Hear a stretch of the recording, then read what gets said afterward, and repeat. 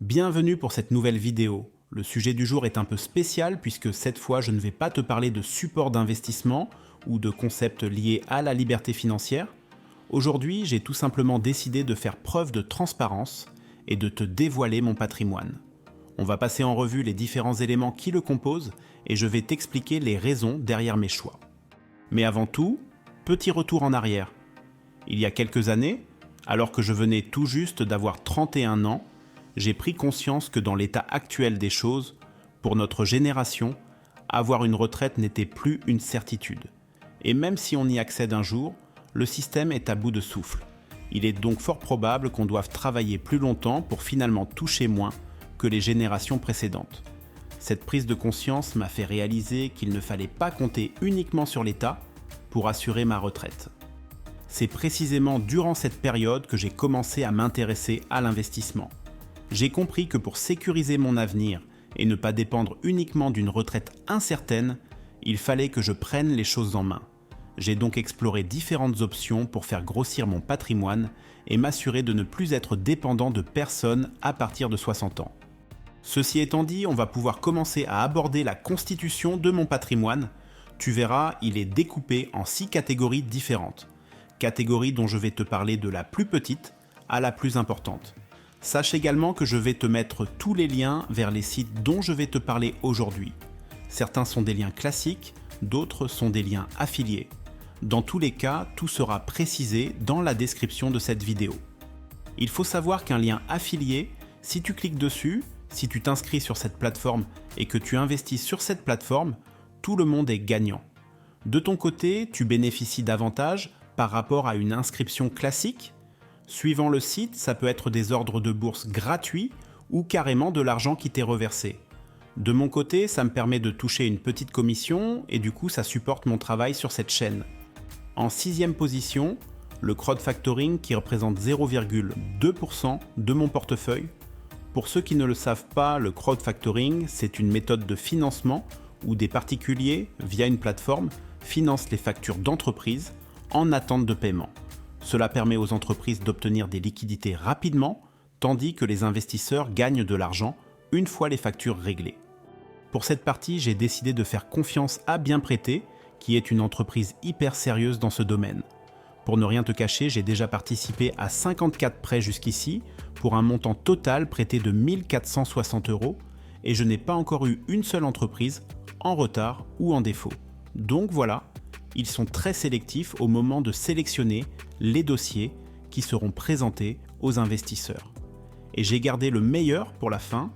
Avec cette plateforme depuis le début, j'obtiens un rendement moyen de 11,33%. À l'avenir, j'ai prévu d'investir un peu plus sur Bienprêter. Je ne mettrai pas de sommes extravagantes non plus, car ça reste des petites entreprises et des sociétés de cette taille peuvent facilement être fragilisées par un contexte économique défavorable. Mais je pense que remettre un billet de 1 000 € dessus, ça peut être une bonne idée. En 5e position, on retrouve les cartes à collectionner pour 1,4% du portefeuille. C'est un domaine auquel j'ai commencé à m'intéresser l'an dernier. Que ce soit Pokémon, Magic, Dragon Ball Z, il y en a vraiment pour tous les goûts. Ce qui est bien, c'est que ça nous permet de retomber en enfance, tout en explorant un secteur où de belles plus-values sont possibles. Par exemple, si on prend les cartes Pokémon, c'est complètement dingue. Tu achètes quasiment n'importe quel coffret neuf et si tu le revends 5 ans plus tard, tu as 90% de chances de faire une plus-value. C'est encore plus valable avec tout ce qui est en rapport avec les 151 premiers Pokémon. Si ce type d'investissement t'intéresse, j'ai fait une vidéo dédiée à ce sujet, je te la fais apparaître en barre d'infos, en haut à droite de cette vidéo.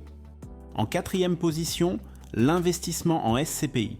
Pour rappel, ces 4 lettres veulent dire Société civile de placement immobilier.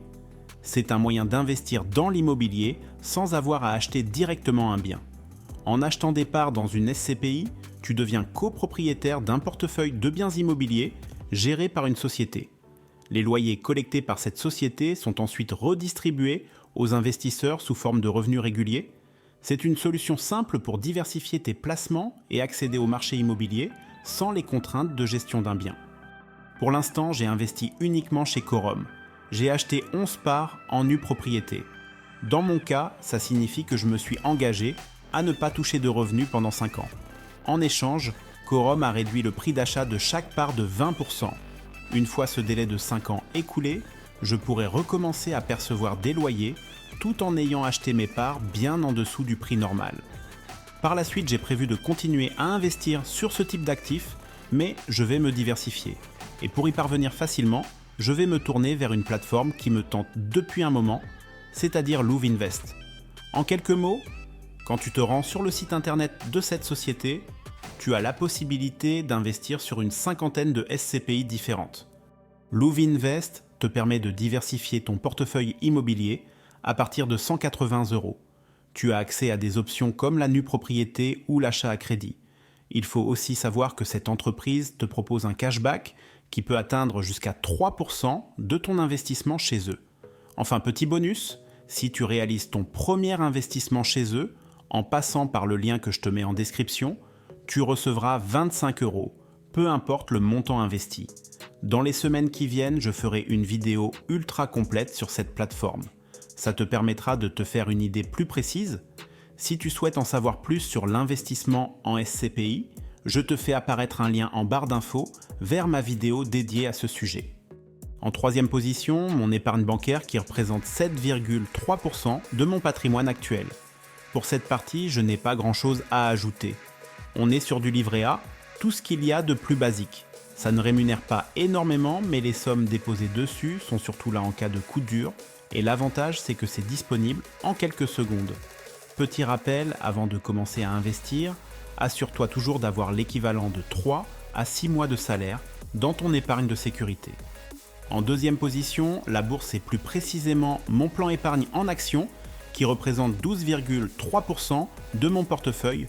Pour ce support, je me suis tourné vers Bourse Direct parce que actuellement, c'est sans doute ceux qui proposent les frais les plus bas. Pour ceux qui ne le savent pas, le PEA, c'est un compte qui permet d'investir en bourse sur des actions d'entreprises européennes tout en bénéficiant d'avantages fiscaux intéressants. En gros, tu fais travailler ton argent sur le long terme et si tu laisses ton PEA ouvert au moins 5 ans, au moment où tu voudras effectuer des retraits, tu bénéficieras d'une fiscalité plus douce. Il y a juste un plafond de versement à ne pas dépasser. Il est de 150 000 €. Personnellement, je suis assez fier de cette partie pour laquelle j'ai réussi à faire une plus-value de plus de 6 000 € depuis fin 2019. J'ai envie de dire merci le Covid. Durant cette période, on trouvait pas mal d'actions à des prix fracassés.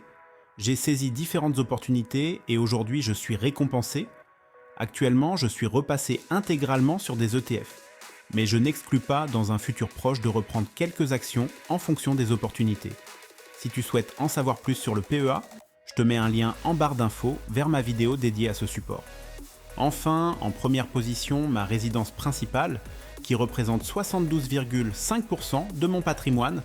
J'ai acheté ma maison en 2016. Il me reste à peu près 10 ans de crédit à rembourser.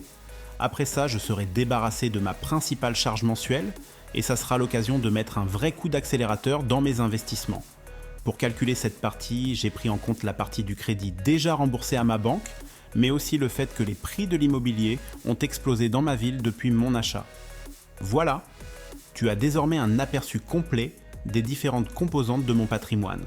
Au total, j'arrive à un montant de 177 248 € pour mon foyer. Si tu te souviens de ma vidéo sur le patrimoine médian des foyers français, les personnes âgées de 30 à 39 ans ont un patrimoine médian d'environ 50 000 €. Donc je suis plutôt bien placé par rapport à cette moyenne. Voilà, c'est tout pour aujourd'hui. J'espère que tu as aimé cette vidéo. Si c'est le cas, n'hésite pas à mettre un pouce bleu et à t'abonner à ma chaîne. Ça me permet d'améliorer mon référencement sur YouTube. À bientôt!